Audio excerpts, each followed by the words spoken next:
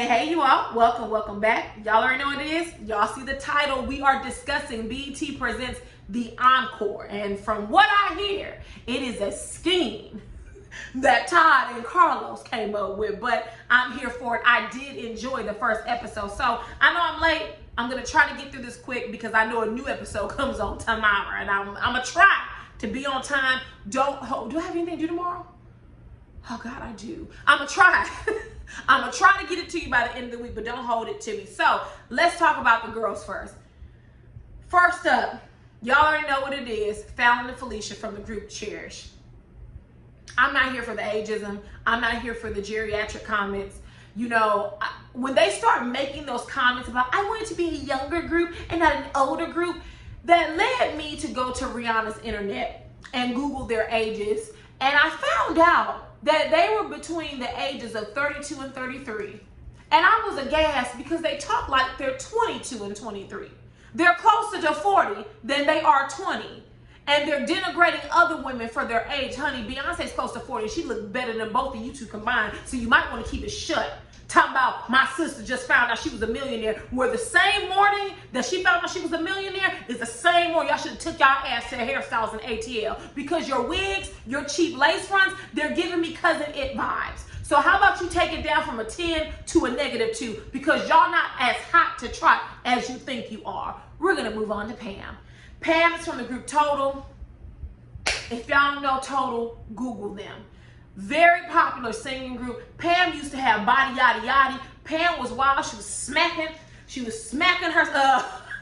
was smacking her group on their asses. If you think I'm lying, go YouTube the Who Do You Love video by LL Cool J. I can't remember where it is, but Pamela took her hand. She just smacked that girl's ass. You better go ahead, Pamela. So yes, they were a very popular group. And fun fact, I listen to that song, Who Do You Love, at least once a week. One of my favorite songs, but she's very laid back. We find out that she's a recovering alcoholic. So her Bible thumping ways don't surprise me because as an observation, I have noticed that when people are addicted to drugs and or alcohol, they trade one addiction in for another. So you trade that in for, usually it's Christianity, and Pam enters the chat, right? So it doesn't bother me, you know, if that's how she chooses to live her life and it's a positive life for her and she's having a positive outcome, then I'm all for it because ain't nobody got time for no drunkard. For real. I mean, we've all probably have been drunk a time or two or more than that, and it is havoc on your body. Like the older you get, the harder it is to recover the next day. So I'm here for it. Now, Pam made a comment that the only reason why she came is because the Lord spoke to her. And Pam, you damn right he spoke to you. He said, Pamela, the rent is due. If you don't carry your ass on that shoulder and stop playing, talking about you here for a greater purpose. Yeah, you here to pay the bills. Let's not fake the fun. All y'all need a check that's in this room. Next, we're going to move on to Nivea, and she's a solo dolo artist. I love me some Nivea. I'm going to affectionately name her Rainbow Bright. Like, she was around when I was in college. I loved her music. Matter of fact, one of her songs was my ringtone when I was a freshman in college. So Nivea can sing, she's talented, and honestly, the industry did not give her a fair shake because she is very unique. Matter of fact, the ish that you see all these YouTubers and singers doing with color in their hair and colorful eyeshadow, go look at Nivea. She's one of the first to do it, right? Next, we move on to Shimari from Black. Black had some hits. They did their thing, boom like an 808. Baby, Bring It All to Me. That song was always on the radio. So I'm happy to see Shimari. I wish they would bring her back to Real Housewives of Atlanta. Next, Aubrey from Danny Kane. You all, I was in college when Danny Kane premiered, or when they, you know, the making the band stuff was on and they became a group. I remember them having 2 or 3 good songs, very good songs. But maybe it's me. Were they that popular? I mean, we played their song Showstopper a lot. You know, we enjoyed that song, but I mean, that's about it. But Aubrey O'Day, honey, oh, if she wasn't looking like a stuffed sausage and that swollen face, I mean, her face looks painful. Her and Lisa Rinna, don't do no more work. It's done. It's done. Don't do any more work. Moving on to Lamisha and Irish from 702, another great girl group. Let's not undermine their status. That song, Where My Girls At, from the front to back, where's you feeling that? Well, put one hand up, can you repeat that? That song was on repeat constantly when I was growing up. I used to listen to Casey Kasem's American Top 40. I know, I'm a nerd, it's cool. And that song was always towards the top of the countdown, if not #1 when it came out. So it had a long run. So shout out to them. Lamisha, she looks rough as hell. And remember I said that because I'm going to discuss it later. Irish, you know, she's there. She had a twin sister named Aubrey who passed away from cancer when they were in their 20s. And you see her kind of connect with Cherish because of that. But Lamisha basically helped end the group because she was jealous of Mila being the lead singer, and therefore that ended Irish's chance because Irish can't sing worth a damn. And we see that later on in the episode. And then there's Keely from 3LW and the Cheetah Girls. You all, I know Keely is not about to make me like her because I can't stand Keely. But on this episode, I found myself nodding with her more than disagreeing with her. Oh God, help. I never thought I would like Keely because that shit her and Adrian Balan pulled on the Tory was rooted in colorism. Throwing chicken and mashed potatoes at the girl. Girl, you lucky it was the Tory and not me, because I would have tore you up. Okay? I would have tore you up Wendy Parker style. And if y'all don't know who Wendy Parker is, Google Disky Divas Wendy Parker, and it's a radio interview. You watch it and you know what I'm talking about. So now we're gonna go ahead and move on. So we see the girls standing around talking, and Keely basically announces that, hey, I don't want to be a singer. I'm here to be y'all's creative director. You know, the girls are pissed. Shimari's pissed, and rightfully so, because Keely, who are you to be anyone's creative director? Like, girl, you can't even dress. Like, Keely is not old, you all, and she looks really worn out. And it just amazes me that a lot of these women, I'm not expecting them to look like they did when they were 15 or 18, but my God, what y'all been doing? Drinking? What the hell? So, Fallon and Felicia say, you know, that they're writers and that they've written all these songs for, come on, count them up. And I think that Fallon said that she wrote Easy by Chris Brown. I had never heard that song. Never. You guys know they play the hell out of Chris Brown songs. I went to my Spotify and it's the song with Danny Lay, and honey, I automatically cut it off. I almost wanted to block it. If I could block songs on Spotify, I would. I don't listen to anything Danny Lay. Once I found she was a colorist, I tuned that out. But low-key, Chris Brown's probably a colorist too, now that I think about it. You know, he don't like anything black. They gotta be biracial. They gotta be the first, they gotta have a drop of black in them, but they can't be black. Like Rihanna was like the last black woman he dated, so he probably a colorist too, now that I think about it. Fallon and Felicia are standing around bragging about themselves, talking about her sister's a millionaire, and Aubrey said it right. Like, girl, you standing around there with a bracelet from Claire's on, you might want to chill it out. Like, you ain't all that in a bag of chips. Like I told you, them wigs are not giving wealth. Those wigs are not giving millionaire status. Like, you need to calm it all the way down. So next you kind of see Cherish and Lamisha get into it. And baby, when I tell you that Cherish, they are all bark and no bite, because Cherish turned to them and said, well, what's your name? And Lamisha said, my name Lamisha. I said, oh. I said, oh, and go back and watch it. I don't know if that was Fallon and Felicia, but whoever it was, baby, they soul left their body. Like, literally, she backed all the way up because you knew Lamisha was not going to play with you. And then you're going to calm down. No, don't tell me to calm down. You're going to challenge me and ask me what my name. My name is Lamisha, girl. I'm 702.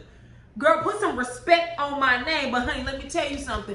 You was about to get toned up by some geriatric auntie. That's what was about to happen. You got to get your teeth knocked out your mouth. So Lamisha had to let them know. She said, I don't like bullies. Leave Keely alone. Like, let's figure this out, but you're not going to bully someone. You're not going to go back and forth with someone. So Lamisha set them straight. Moving on. Next, we see Cherish. They get upset because they didn't like what Lamisha did. Lamisha checked them. So they said, you know what? I don't need this. You know, we don't need this. They need this. We don't need this check. Let me tell you something. $1 million is not a lot of money, especially after tax. Hear me out. It's a lot of money. Like, if someone gave it to me, I take it and I click my heels all the way to the bank. But it's not sustainable, especially when you see women like Cherish who likes to spend that money on cheap wigs. So you may have received $1 million check, but there's going to be taxes on that, right? You're going to have to file taxes. So you need to keep making those. So don't pretend like y'all get them checks often, because if you did, you would have never even said something like, my sister found out she was a millionaire this morning. You would have never even said that. You would have been quiet about it, but you're not used to anything, so that's why you said it. So they stormed out, but they quickly came back to their senses the next day, because they were sitting there playing on a beatbox, making some old tired ass beat. Girl, ain't nobody impressed. So we're at day 2, and all of the women are gathered in the, I'm guessing it's the living room or whatever it is, and Sita's World pops up. And I have to be honest, I was never a fan of Sita's World. She seemed to be the embodiment of stereotypes about black women, but it was good to see her because it was nostalgic. So she basically tells them that they have 30 days to make an album, and then they're gonna perform, I guess, in front of an audience at the end of this 30 days. Y'all, this ain't nothing but R&B Divas meets BET, okay? It's a scheme that Todd set up, I'm telling you. So after that, Cherish decides to apologize, talking about, we got off on the wrong foot.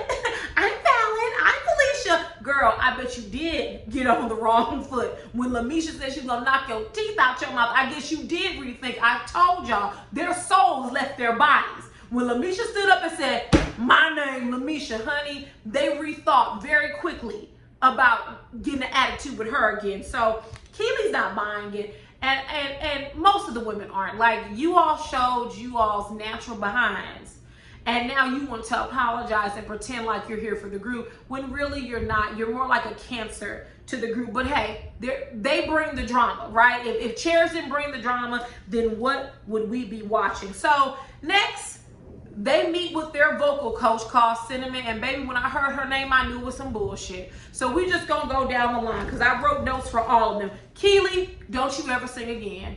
Leave it alone. Hang it up flat screen. It's over. You never really could sing, but baby, that was terrible. And Cinnamon had the nerve to lie, and she said that she had a smooth and nice tone. Honey, Cinnamon, what type of crack was you smoking before you got there? Because you know that was a damn lie. Next is Nivea. The girl can sing, period. I told y'all, Nivea just has all of it. She can sing, and then after she stops, she gonna say, I can't sing, y'all. Girl, lies. You know you can sing. Next is Aubrey. Aubrey wasn't on key. She was above the note, she was under the note, but she was never on the note. So let's go ahead and move on. Nene Leak's hand, bye Aubrey. Next is Pam. Pam has a very unique voice. I actually loved hearing it. She reminds me a lot of T-Boz, because T-Boz has a unique voice. Now, could either one of them belt out a Whitney Houston, Mariah Carey, Patti LaBelle, Aretha Franklin song? The answer is no, but they are in their own unique lane, and when you hear them, you know who it is. Next is Shimari. Shimari can sing, but she does too much. All that, she can sing, but doing too much. Now, we get to the twins. Fallon goes, and Fallon sounds like a 5th grader who is learning her voice. She doesn't sound bad, but she's not all that good. She's just mediocre. And then her sister Felicia goes, and she is the better singer between the two. Because if you notice, the girls in the background, they were applauding Felicia more than Fallon. So Felicia can sing. She got a little pipe on her. Lamisha, no God. Lamisha sounds like her voice is rusty. Like, I can hear that maybe she used to sing, but honey, she hasn't rehearsed in a long time. And Irish, baby, no, you need to pack your bags and go home. Like, I don't know if you could ever sing, but Lamisha has the audacity to have been mad at Mila for being the lead singer, but baby, who was gonna lead them? Show not Misha and show not Irish. Moving on. Next, we meet their in-house producer and songwriter. I think it's Cosign and Elisha, and honey, Miss Nivea has the hots for Cosign. So I believe Elisha wrote Usher's Climax. Very good song. He helped to write it. I shouldn't say he wrote it, honey. They be having 20 million writers on one song. But he helped to write it, so good for him. And they begin to talk about what type of music they want to sing as a group. So Pamela says that she's a Christian, and so she can't go against the Bible, which Pam, you're full of shit. Because just a few years ago, when Bad Boy was on tour, you was up there humping and bumping and popping and rolling around with Diddy in the middle of the stage. So honey, you will get dirty as long as the check is right. So I guess whatever Todd and Carlos is paying y'all ain't enough, which I mean, I can understand it, but let's not act like you went up there jumping and doing all this and staring Diddy in the eyes while you was doing it. Look it up, y'all. I'm not lying. Go ahead and YouTube. I'm not lying. So you full of shit, Pamela. So then Lamisha and Irish say that they are married, and Lamisha goes one step further. She says that she doesn't want her daughter looking back on her as if she's a hoe. Lamisha, you're a mother, but your life does not end. And that explains why you are shaped the way that you are. And that's no shade. That's no shade. Hear me out. That's no shade. I think a lot of women become mothers and they forget about themselves and to take care of themselves and to exercise and to look good and to feel good. So, you know, while you are a part of a very iconic group, right? Or a very popular group, I should say, you still got to be yourself. I bet you Blue Ivy won't look at Beyonce like she's a hoe, because she's not. You know, if you ask me, Beyonce is the greatest scam artist of them all. She had y'all ladies singing Single Ladies, and she's up here married to Jay-Z. Okay, she had y'all singing Lemonade while y'all was busting windows out of cars. Meanwhile, she's sitting there, Jay, could you help write this line for me? Girl, bye. Y'all listen to Beyonce if you want to. You listen to Beyonce if you want to, but I don't think that has anything to do with motherhood. I wouldn't look at my mom as a hoe because she sung about a sexy song. That's part of who she is. She's a human. She has feelings and emotions and experiences. So, yeah, Lamisha, you know, it's your choice. But, you know, that's a real lame idea, honey. I think that if you took care of yourself better, you would feel better about yourself, because you were a pretty woman back in the day. All three of y'all were pretty. All three of y'all were gorgeous. So maybe it's the lack of self-confidence. Maybe that's it. And the rest of the ladies, you know, Shimari even said it. You know, when I'm singing about a sexy song, I'm thinking about my husband. And I feel that, Shimari, no need to be, no need to age yourself. A lot of times us women, we're like, oh, I can't do that. I'm this age, I'm that age. Girl, do what you want to do. Moving on. Next, they meet in choreography class, and you all, we just gonna cut straight to the chase. Lamisha and Irish, y'all are the weakest links. Nivea, I don't think Nivea was ever a dancer like that, but she was okay. And then Pamela, she can dance, but I don't think she's a 1 and 2 and 3 and 4 and pop and lock and roll and drop. I don't think she's that type of girl. But for some reason, everybody thought Keely did well. Keely did okay. She was still stiff as hell, but you know, that's my opinion. So next we get to Aubrey and Cherish. Am I pronouncing her name right? Is it Aubrey O'Day or Audrey O'Day? I thought it was Aubrey. You know what?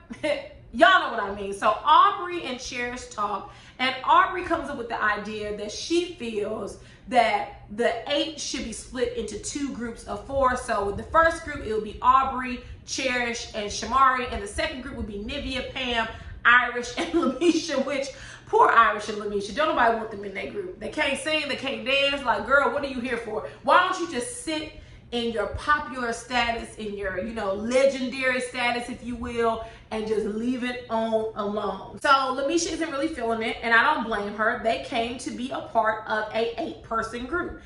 In theory, would it make sense to have an 8-person group? No.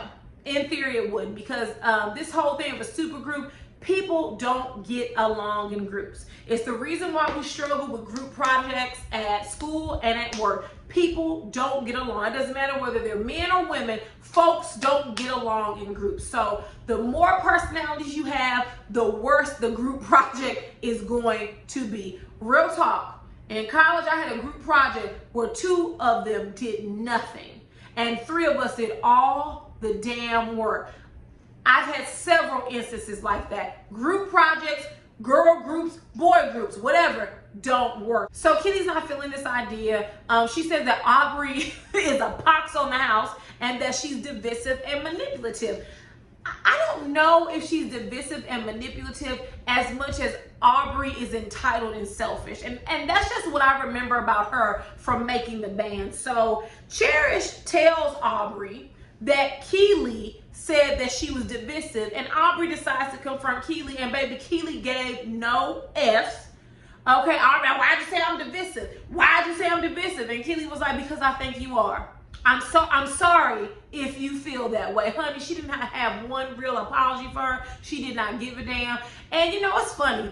Black men will call black women angry, but honey, you ain't seen an angry person until you come across a pissed off Karen. Okay, when you come across a pissed off Karen, they will burn the whole house down if they have to in order to get their way. And Aubrey is stuck on this word divisive. I mean, you've been called worse. You dated Trump's son. So you might want to cool it, acting like you're so offended by the word divisive. Girl, go straight to hell. So if there is nothing else, y'all drop down in the comments and tell me what you all thought of the episode. I really enjoyed episode 1. So let me know your thoughts. I will see you all later. Bye. Mwah. Bye-bye. No ices this time, honey. I had to close my office door. Bye, y'all.